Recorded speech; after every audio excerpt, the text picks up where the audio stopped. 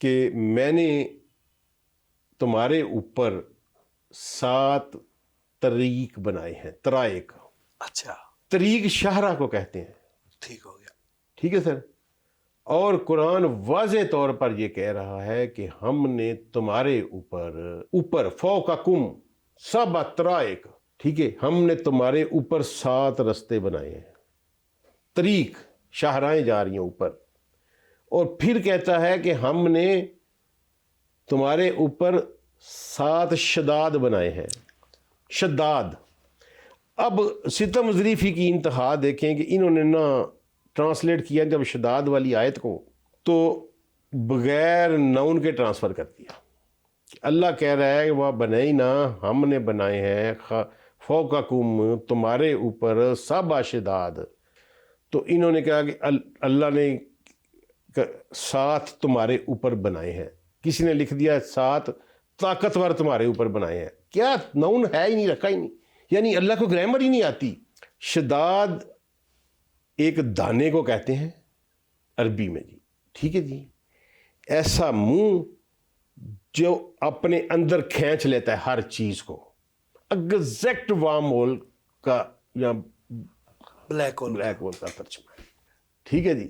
تو قرآن کہہ رہا ہے کہ فوقکم، میں نے تمہارے اوپر، یعنی اوپر معلق 7 رستے بنائے ہیں، اور ان ہر رستے کے اوپر ایک منہ ہے، شدادہ، ایک شدادہ ہے، شداد جس کو کہتے ہیں۔ اور ذوالقرنین کو اس میں سے 3 عطا کیے، وَمِن کُلِّ اسبابہ میں سے کچھ اس کو عطا، من کلی، اس کو کچھ عطا کیے تھے، ہم سارے نہیں دیتے، ٹھیک ہے۔ 3 رستے ذوالقرنین کو عطا کیے۔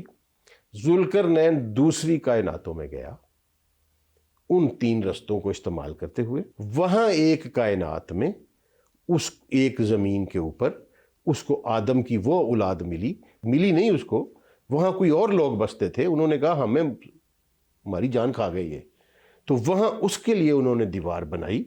بھٹی صاحب، یاجوج مجوج یہاں موجود نہیں ہے، قرآن بڑا واضح ہے اس کے اوپر۔ سورہ انبیاء میں قرآن کہتا ہے کہ جو بستیاں ہم نے اجاڑ دیں، یہ کبھی بھی یہ بات نہیں ہو سکتی، چاہے ہم یاجوج مجوج کو کھول دیں اور وہ ہر بلندی سے نیچے آ رہے ہیں۔ اس سے اگلی آیت پہ قرآن، اگلی آیت بیان ہی نہیں کرتے، نہ اولیاء مقبول جان صاحب بیان کرتے ہیں، نہ شیخ عمران بیان کرتا ہے۔ اگلی آیت میں قرآن لفظ استعمال کرتا ہے کہ ان کی آنکھیں اوپر دیکھتے ہوئے پھٹی کی پھٹی رہ جائیں گی۔ آپ دیکھ رہے ہیں جیسے مخلوق اتر رہی ہوگی چاروں پاسوں، تو وہ ایگزیکٹ قرآن وہ لفظ استعمال کرتا ہے سورہ انبیاء میں۔ یاجوج مجوج کا، اور ذوالقرنین سبابہ اوپر گیا ہے، کہیں گیا ہے کسی اور کائنات میں، اور یاجوج مجوج وہی ہیں، اس کی ثبوت ہمیں حدیث سے بھی مل جائے۔ رسول اللہ صلی اللہ علیہ وسلم نے جب ان کا ذکر فرمایا تو 2 چیزیں ملحوظ خاطر رہیں کہ جب بھی ذکر آیا یاجوج مجوج کا، عیسیٰ کے نزول کے بعد آیا۔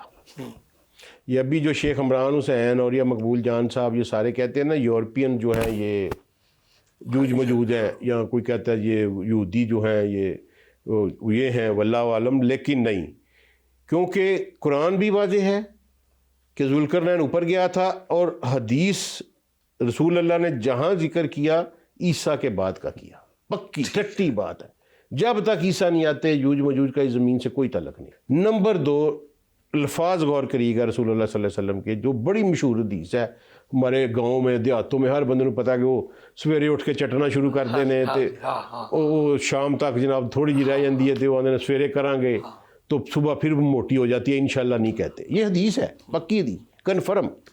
یہاں رسول اللہ ایک جملہ استعمال کرتے ہیں جو پتہ نہیں علماء کرام نے اس کو کیوں نہیں پکڑا، وہ کہتے ہیں حتیٰ اذا کادو یا رونا شعاع شمس، یہاں تک کہ اس نزدیک پہنچتے ہیں کہ سورج کی روشنی کو دیکھ سکیں۔ اس کا مطلب ہے وہ وہاں بند ہیں جہاں سورج کی روشنی نہیں پہنچتی، اور اس روئے زمین پر کوئی خطہ ایسا نہیں جہاں سورج کی روشنی نہ پہنچتی ہو۔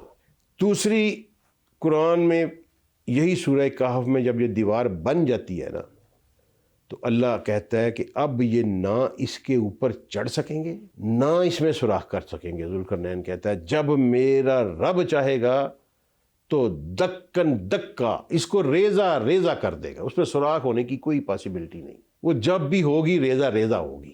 اور یارون شوا حتی اذا کادوا یہ واضح اشارہ ہے کہ وہ اس جگہ پہ بند ہیں جہاں اس سورج کی روشنی نہیں پہنچتی. اس لیے اس کے پیچھے متھ کیا ہے اب آپ حیران ہوں گے. میں اس کے پیچھے گیا ہوں پورا کہ کیوں یہ کہتے ہیں.